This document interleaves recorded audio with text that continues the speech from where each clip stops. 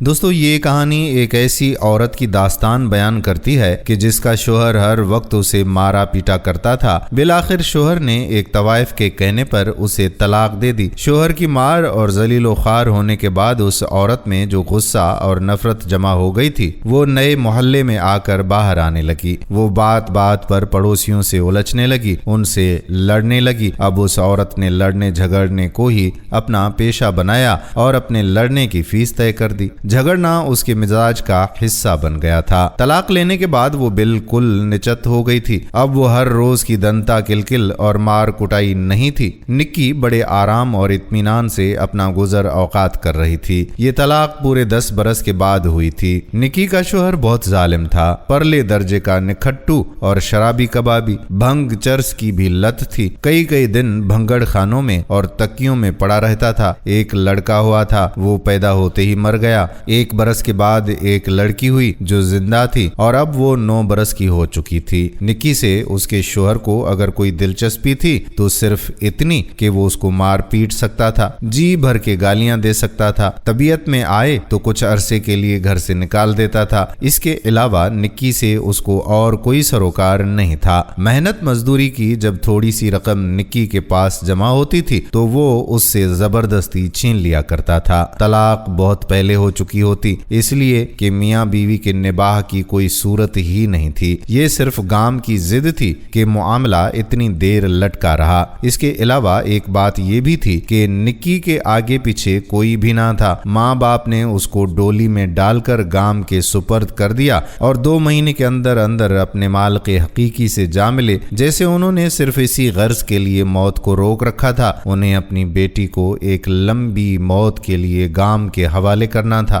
بہت دور کے 2 ایک رشتہ دار ہوں گے، مگر نکی سے ان کا کوئی واسطہ ہی نہیں تھا۔ انہوں نے خود کو اور زیادہ دور کر لیا تھا۔ گام کیسا ہے یہ نکی کے ماں باپ اچھی طرح سے جانتے تھے۔ ان کی بیٹی ساری عمر روتی رہے گی، یہ بھی ان کو اچھی طرح سے معلوم تھا، مگر انہیں تو اپنی زندگی میں ایک فرض سے سبکدوش ہونا تھا اور ایسے سبکدوش ہوئے کہ سارا بوجھ نکی کے ناتواں کندھوں پر ڈال گئے۔ طلاق لینے سے نکی کا یہ مطلب نہیں تھا کہ کسی شریف سے نکاح کرنا چاہتی تھی۔ دوسری شادی کا اس کو کبھی خیال تک بھی نہیں آیا تھا۔ طلاق ہونے کے بعد وہ کیا کرے گی کیا نہیں کرے گی اس کے متعلق بھی نکی نے کبھی سوچا ہی نہیں تھا۔ دراصل وہ ہر روز کی بک بک اور جھک جھک سے صرف ایک اطمینان کا سانس لینا چاہتی تھی۔ اس کے بعد جو ہونے والا تھا اس کو نکی بخوشی برداشت کرنے کے لیے تیار تھی۔ لڑائی جھگڑے کا آغاز تو پہلے ہی روز سے ہی ہو گیا تھا جب نکی دلہن بن کر گام کے گھر گئی تھی، لیکن طلاق کا سوال اس وقت پیدا ہوا تھا جب وہ گام کے سدھار کے لیے دعائیں مانگ مانگ کر عاجز آ گئی تھی اور اس کے ہاتھ اپنی یا اس کی موت کے لیے اٹھنے لگی تھی۔ جب یہ حیلہ بھی بے اثر ثابت ہوا تو اس نے اپنے شوہر کی منت سماجت شروع کی کہ وہ اسے بخش دے اور علیحدہ کر دے، مگر قدرت کی ستم ظریفی دیکھیے کہ 10 برس کے بعد تکیے میں ایک ادھیڑ عمر کی میراسن سے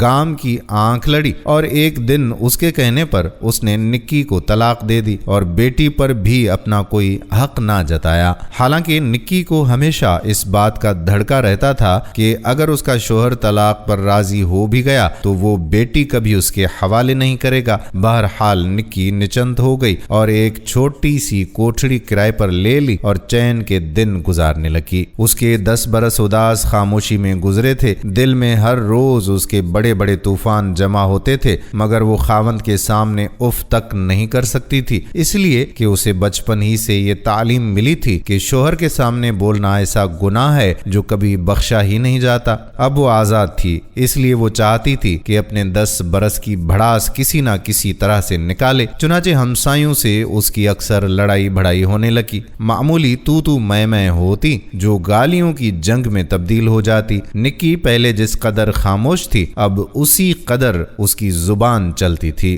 منٹا منٹی میں وہ اپنے مد مقابل کی 7 پیڑھیاں بن کر رکھ لیتی، ایسی گالیاں دیتی کہ حریف کے چھکے چھوٹ جاتے۔ آہستہ آہستہ سارے محلے پر نکی کی دھاک بیٹھ گئی۔ یہاں کاروباری قسم کے مرد رہتے تھے جو صبح سویرے اٹھ کر اپنے کام پر نکل جاتے تھے اور رات دیر سے گھر کو لوٹتے تھے۔ سارے دن میں عورتوں میں جو لڑائی جھگڑا ہوتا اس سے وہ مرد بالکل الگ تھلگ رہتے تھے۔ ان میں سے شاید کسی کو پتا بھی نہیں تھا کہ نکی کون ہے اور محلے کی ساری عورتیں اس سے کیوں دبتی ہیں۔ چرخہ کاٹ کے بچوں کے لیے گڈے گڑیاں بنا کر اور اسی طرح کے چھوٹے موٹے کام کر کے وہ گزر اوقات کے لیے کچھ نہ کچھ پیدا کر لیتی تھی۔ طلاق کے لیے اسے قریب 1 برس ہو چکا تھا۔ اس کی بیٹی بھولی اب 11 کے لگ بھگ تھی اور بڑی سرعت سے جوان ہو رہی تھی۔ نکی کو اس کی شادی بیاہ کی بہت فکر تھی۔ اس کے اپنے زیور تھے جو ایک ایک کر کے گام نے چٹ کر لیے تھے۔ ایک صرف ناک کی کیل باقی رہ گئی تھی، وہ بھی گھس گھسا کر آدھی رہ گئی تھی۔ اسے بھولی کا پورا جہیز بنانا تھا اور اس کے لیے کافی روپیہ درکار تھا۔ تعلیم تھی وہ اس نے اپنی طرف سے ٹھیک دی تھی۔ قرآن ختم کروا دیا تھا، معمولی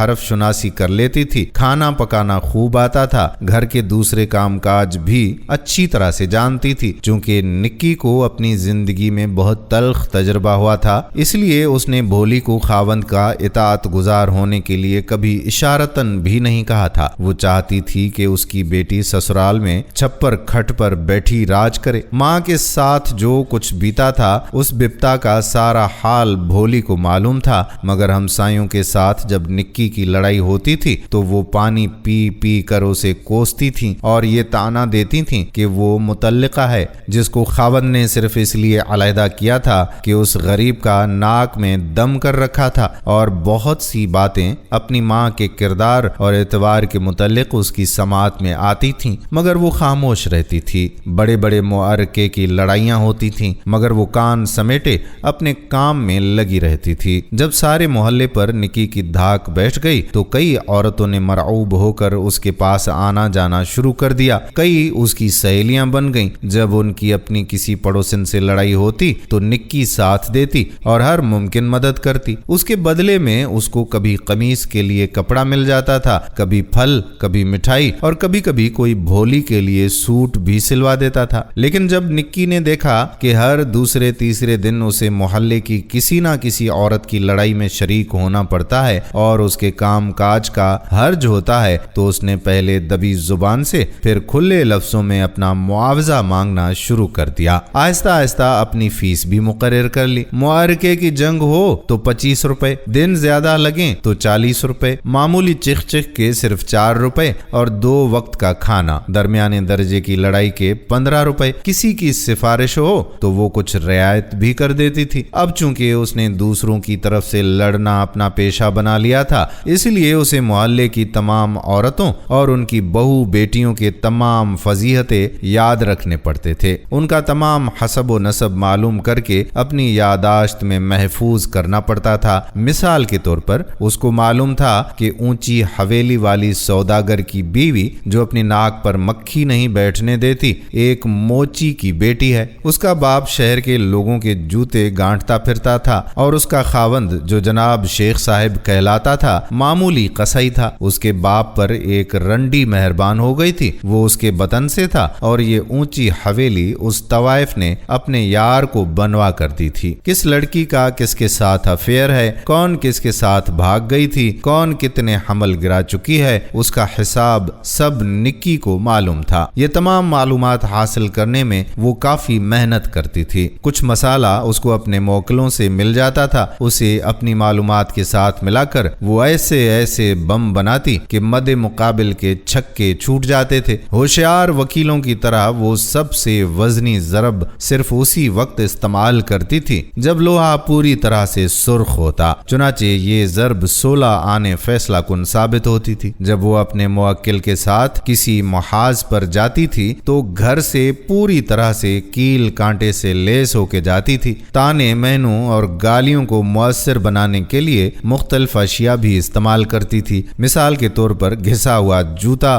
پھٹی ہوئی قمیض، چمٹا، پھکنی وغیرہ وغیرہ۔ کوئی خاص تشبیہ دینی ہو یا کوئی خاص الخاص اشارہ کنایا یہ معلوم ہو تو وہ اس غرض کے لیے کارآمد شے گھر ہی سے لے کر چلتی تھی۔ بعض اوقات ایسا بھی ہوتا تھا کہ آج وہ جنتے کے لیے خیراں سے لڑی ہے تو 2-2.5 مہینے کے بعد اسی خیراں سے ڈبل فیس لے کر اسے جنتے سے لڑنا پڑتا تھا۔ ایسے موقعوں پر وہ گھبراتی نہیں تھی۔ اسے اپنے فن میں اس قدر مہارت ہو گئی تھی اور اس کی پریکٹس میں وہ اتنی مخلص تھی کہ اگر کوئی فیس دیتا تو وہ اپنی بھی دھجیاں بکھیر دیتی۔ نکی اب فارغ البال تھی۔ ہر مہینے اسے اب اتنی آمدن ہونے لگی کہ اس نے پس اندازہ کر کے اپنی بیٹی بھولی کا جہیز بنانا شروع کر دیا تھا۔ تھوڑے ہی عرصے میں اتنے گہنے پاتے اور کپڑے لتے ہو گئے تھے کہ وہ کسی بھی وقت اپنی بیٹی کو ڈولی میں ڈال سکتی تھی۔ اپنے ملنے والیوں سے وہ بھولی کے لیے کوئی اچھا سا لڑکا تلاش کرنے کی بات کرتی اور کئی مرتبہ یہ بات کر چکی تھی۔ شروع میں تو اس کو کوئی اتنی جلدی نہیں تھی، مگر بھولی 16 برس کی ہو گئی تھی۔ لوٹھا کی لوٹھا، قد کاٹ کی،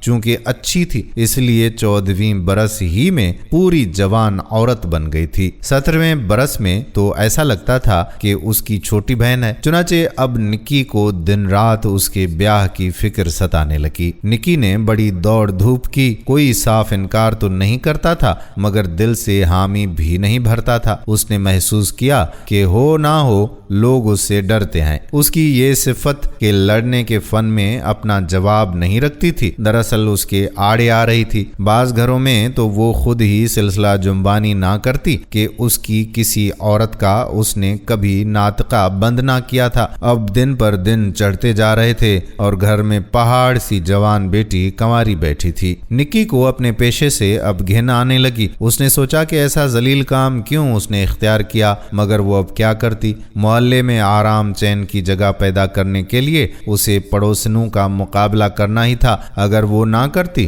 تو اسے دب کے رہنا پڑتا۔ پہلے خاوند کے جوتے کھاتی تھی، پھر ان کی بیزاری کی غلامی کرنی پڑتی تھی۔ یہ عجیب بات تھی کہ برسوں دبیل رہنے کے بعد جب اس نے اپنا جھکا ہوا سر اٹھایا اور مخالف قوتوں کا مقابلہ کر کے ان کو شکست دی، یہ قوتیں جھک کر اس کی امداد کی طالب ہوئیں کہ دوسری قوتوں کو شکست دیں، اور اس کو اس امداد پر کچھ اس طرح سے راغب کیا گیا کہ اس کو چسکا ہی پڑ گیا۔ اس کے متعلق وہ سوچتی تو اس کا دل نہ مانتا تھا، کیونکہ اس نے صرف بھولی کی خاطر اس پیشے کو جسے اب لوگ ذلیل سمجھنے لگے تھے اختیار کیا تھا۔ یہ بھی کم عجیب چیز نہیں تھی۔ نکی کو روپے دے کر کسی عورت پر انگلی رکھ دی جاتی تھی اور اس سے کہا جاتا تھا کہ وہ اس کی 7 پیڑھیاں بن ڈالے، اس کے آبا و اجداد کی ساری کمزوریاں ماضی کے ملبے سے کرید کر نکالے اور اس کے وجود پر چھید کر دے۔ نکی یہ کام بڑی ایمانداری سے کرتی تھی۔ وہ گالیاں جو ان کے منہ میں ٹھیک نہیں بیٹھتی تھیں اپنے منہ میں بٹھاتی تھی۔ ان کی بہو بیٹیوں کے عیوب پر پردے ڈال کر وہ دوسروں کی بہو بیٹیوں میں کیڑے ڈالتی۔ غلیظ سے غلیظ گالیاں اپنے ان موکلوں کی خاطر خود بھی کھاتی، پر اب کہ اس کی بیٹی کے بیاہ کا سوال آیا تھا وہ کمینی، نیچ اور رذیل بن گئی تھی۔ ایک دو مرتبہ تو ایسا ہوا کہ اس کے جی میں آئی کہ محلے کی ان تمام عورتوں کو جنہوں نے اس کی بیٹی کو رشتہ دینے سے انکار کر دیا تھا بیچ چوراہے میں جمع کر کے ایسی گالیاں دے کہ ان کے دل کے کانوں کے پردے بھی پھٹ جائیں، مگر وہ سوچتی کہ اگر اس نے یہ غلطی کر دی تو غریب بھولی کا مستقبل بالکل تباہ و برباد ہو جائے گا۔ جب چاروں طرف سے مایوسی ہوئی تو نکی نے شہر چھوڑنے کا اب ارادہ کر لیا۔ ایک طرف یہی راستہ تھا جس سے بھولی کی شادی کا کٹھن مرحلہ طے ہو سکتا تھا۔ چنانچہ اس نے ایک روز بھولی سے کہا کہ بیٹا،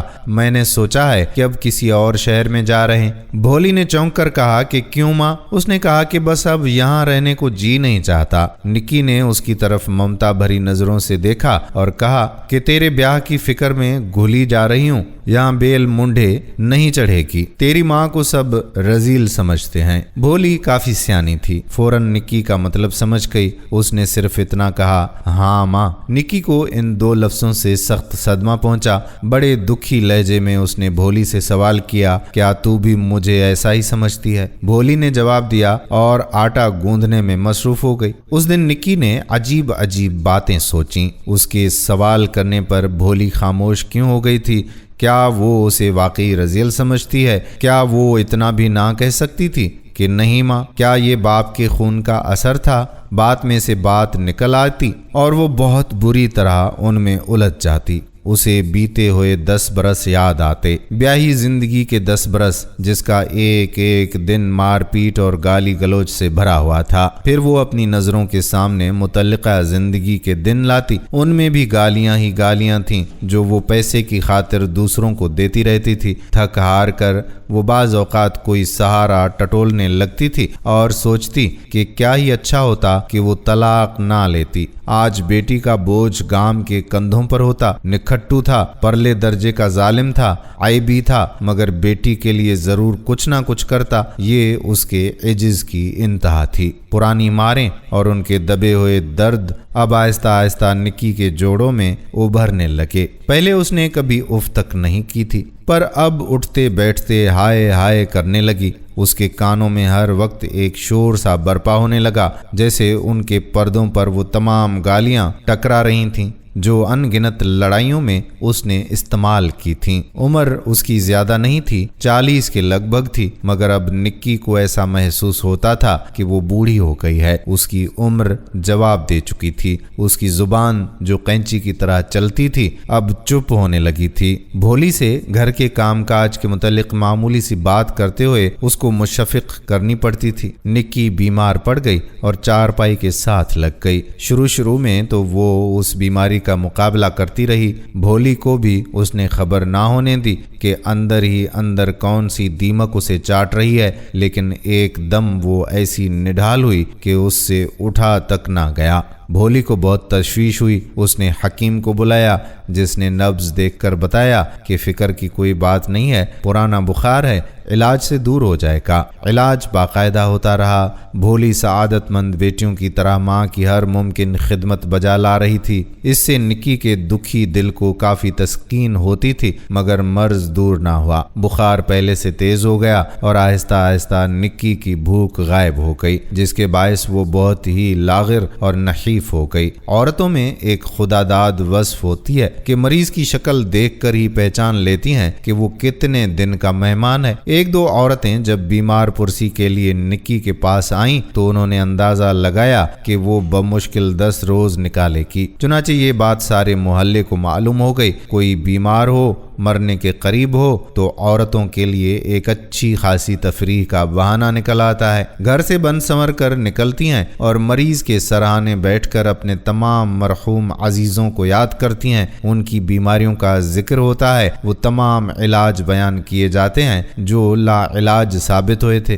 گفتگو کا رخ پلٹ کر قمیضوں کے نئے ڈیزائنوں کی طرف آ جاتا ہے۔ نکی ایسی باتوں سے بہت گھبراتی تھی، لیکن وہ خود چونکہ مریضوں کے سراہانے ایسی ہی باتیں کرتی تھی، اس لیے مجبوراً اسے یہ خرافات سننی پڑتی تھیں۔ ایک روز جب محلے کی بہت سی عورتیں اس کے گھر میں جمع ہو گئیں تو اس احساس نے اس کو بہت مضطرب کر دیا کہ اب اس کا وقت آ چکا ہے۔ ان میں سے ہر ایک کے چہرے پر یہ فیصلہ مرقوم تھا کہ نکی کے دروازے پر موت دستک دے رہی ہے۔ جو عورت بھی آتی اپنے ساتھ یہ کھٹکھٹ لاتی۔ تنگ آ کر کئی دفعہ نکی کے جی میں آئی کہ کنڈی کھول دے اور دستک دینے والے فرشتے کو اندر بلا لے۔ ان بیمار پرس عورتوں کو سب سے بڑا افسوس بھولی کا تھا۔ نکی سے وہ بار بار اس کا ذکر کرتی کہ ہائے اس بیچاری کا کیا ہوگا، دنیا میں غریب کی صرف ایک ہی ماں ہے، وہ بھی چلی گئی تو اس کا کیا ہوگا۔ پھر وہ اللہ میاں سے دعا کرتی کہ وہ نکی کی زندگی میں چند دنوں کا اضافہ کر دے تاکہ وہ بھولی کی طرف سے مطمئن ہو کر مرے۔